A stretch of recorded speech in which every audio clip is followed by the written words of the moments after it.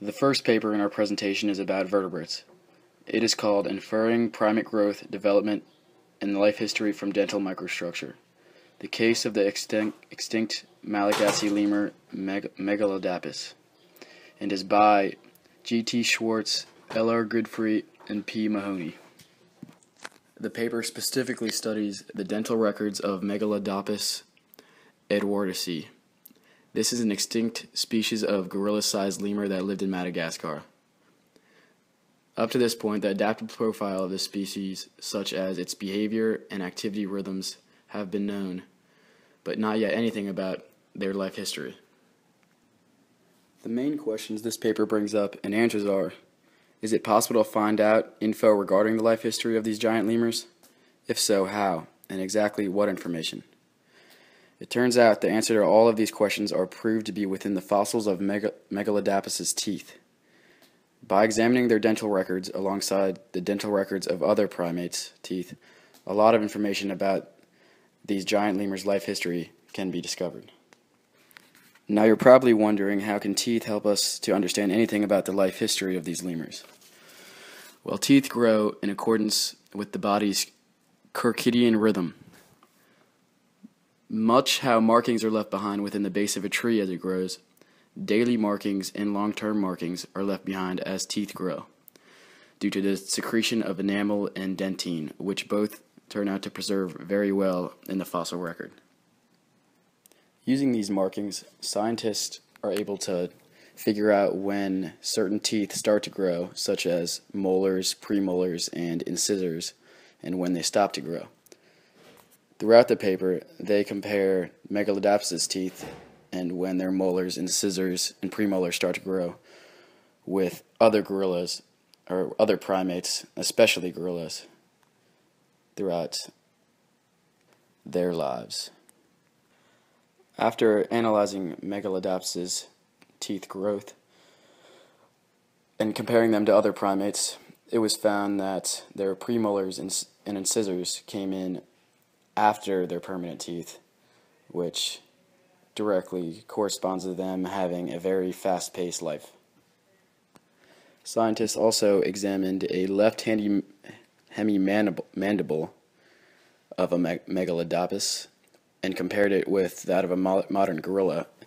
And as you can see, the first molar started developing 132 days before birth, and the second molar started 75 days before birth, which was very different than the molars of a modern gorilla, which indicates they had very different life history. The time of M1, which is the first molar's crown initiation, can be used to find out how long Megaladapis spent in the womb. It cannot occur during the first trimester, and using the formula minimum gestation period equals parental crown formation times 1/2 parental crown formation, you see that their minimum gestation period is about 6.5 months, which means that it could possibly be as long as gorillas and chimps, which was about 8 months. Due to the examination of Megaladapis's teeth, they were able to determine that they had a very fast-paced life, had faster dental development than gorillas. The minimum time spent in the womb was 6.5 months. Could be as long as gorillas and chimps, and their life history likely differed from that of gorillas and chimps. This is the second scientific paper about growth and reproduction, and this one is about invertebrates. This article concerns the reproductive strategies of the arthropod Kunmingella douvillei, which is a marine invertebrate, and by using fossil samples, the researchers attempt to determine the reproductive behaviors of the arthropod and how its morphology can be used to determine how it cares for its young. So the species being studied is a bivalved arthropod which originated in the early Cambrian. It is a now extinct stem group crustacean and went extinct during the early Ordovician period. The organism was primarily epibenthic in that it lived on the seafloors. Fossils of this organism are found all over the world, which may indicate it was a food source for larger animals, and it was not a predator. it appears to have similar reproductive behaviors to modern arthropods, and this was determined through 3 fossils they found. Now, the fossil samples, there are 3 of them, and they were obtained from Lagerstatte in South China. The specimens were well preserved in mudstone and had very fine detail. The specimens showed evidence of eggs at the time of fossilization. The organism is primarily soft-bodied, and eggs are typically not primarily preserved. So these fossils are especially unique in that we can see its eggs. So in terms of analysis, 3 collections of fossils were looked at, and scanning electron microscopy and X-ray spectrometry were used to analyze these fossils. And the X-ray spectrometry was mainly used to determine what type of elements were present in the fossils so that the researchers could tell how exactly they were fossilized and what processes caused them to fossilize, as you can see in this figure. And they also took very close-up images of the eggs as well. So for the results, eggs are shown to appear only on appendages 6 to 8, and the other 7 limbs are not associated with eggs or clusters of eggs. The specimen appears to be able to carry up to 100 eggs, and the eggs were primarily found on clusters on the limbs. So what does this all mean?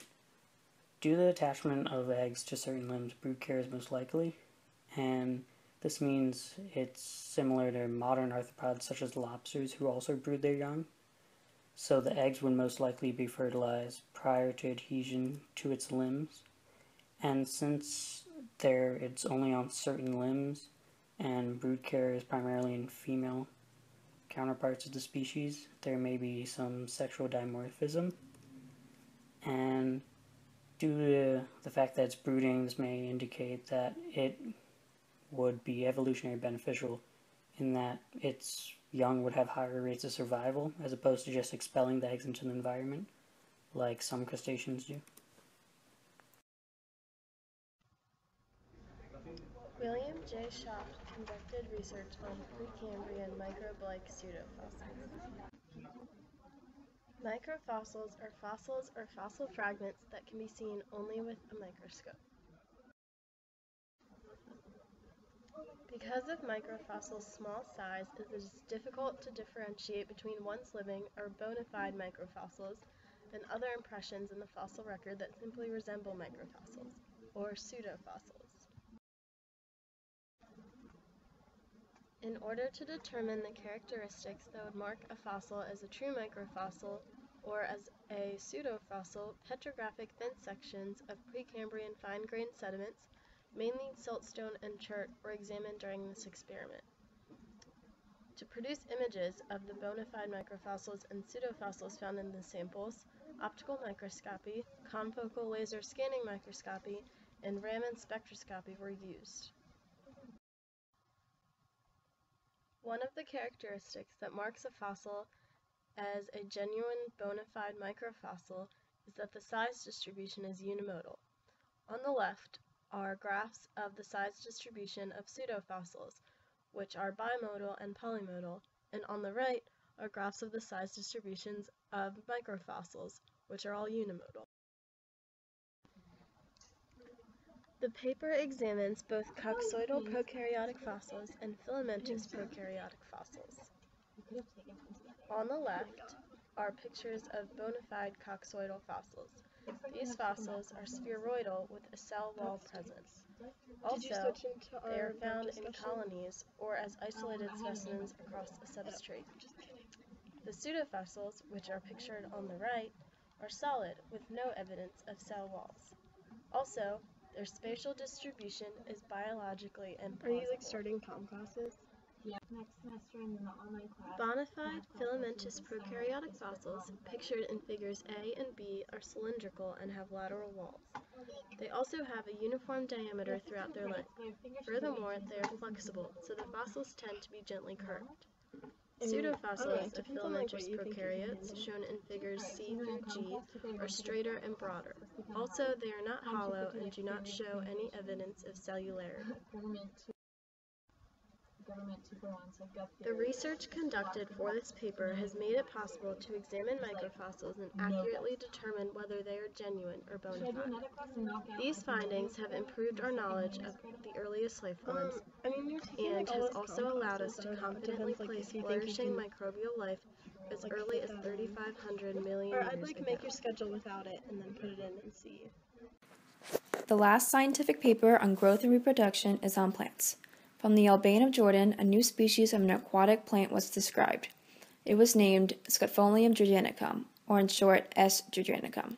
The species have leaves that are symmetrical, elliptical shaped, with a rounded apex and base, and has a type of venation that is an arrangement of 3 or more prominent veins from near the base of the leaf running towards the margin. These species is believed to be from the Cabomacae lineage within the Nephales. Analysis from fossils and living members of the Nephales shows that S. jordanicum's formed bottom layer is relative to the living members of the family and has unique characters not found in any living species. Researchers Taylor, Brenner, and Basha brought to attention in this paper that molecular analysis has suggested that the Nephales and Cabomacae clades diverged in the Eocene, and the living taxa attained their current distribution through dispersal, which is the movement of plants from one breeding site to another. They also questioned which clade S. jordanicum is belonging in. The researchers tested these hypotheses and questions with well-dated and described fossils with phylogenetically similar relationships. Fossils were found in north-central Jordan and were from the Jurassic formation of the early Cretaceous Carnip group. The fossil's description was based on about 3 dozen blocks of fossils with leaves or leaf fragments and or stem fragments. They were then photographed. The relationships of the fossils were determined by entering the fossil's characters into a key for angiosperm families within the program named InKey for Windows. Comparisons were then made between the identified families. These comparisons analyzed the differences in growth and evolution of the species. Taylor, Brenner, and Basha stated that they did other phylogenetic analyses that were performed by adding the fossil states to an existing phylogenetic data set of the Nephales based on vegetative characters. The analysis suggested that the presence of the Cabomacae lineage and of the Nephales conflicts with divergent prediction from molecular clock analysis. Clock data analysis suggests the 2 fossils split no later than the Eocene, which is less than half the age of the clade. This causes confusion about the evolution and growth of the species. There is still misunderstandings of the molecular evolution of the clade. There is a chance that the genome could have been majorly reorganized early in the evolution of the angiosperms. This could have affected the divergent times. With today's methods, major changes in the rate of molecular change throughout the gene cannot be estimated, making it harder to put divergent times on clades. The analysis is also pointed out the importance of transition fossils. Fossils related to Cabomacae helped to uncode the evolution of the Nephales. Their transition fossils help determine which clade the unknown fossils belong in and helps to show the evolution of the species from one clade to the next. The current living species of Nephales is distributed around the world. Like hypothesized earlier, it is then suggested that the distribution is due to dispersal.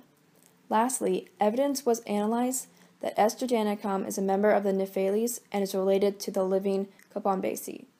Based on known discovered fossils, S. jordanicum was able to be grouped into the correct clade based on analysis of transition fossils that describe the evolution and growth of the species. In conclusion, our first paper was about scientists using the dental records of Megaladapis edwards to discover previously unknown information about their life history. The second paper was about the finding of 3 fossils of the same extinct marine arthropod species. The fossils shed light on its reproductive behaviors. The third paper outlined tests that can be performed and characteristics that can be observed in microfossils in order to determine if they are bona fide or pseudofossils. Our last paper was about the finding of fossils of a new aquatic plant.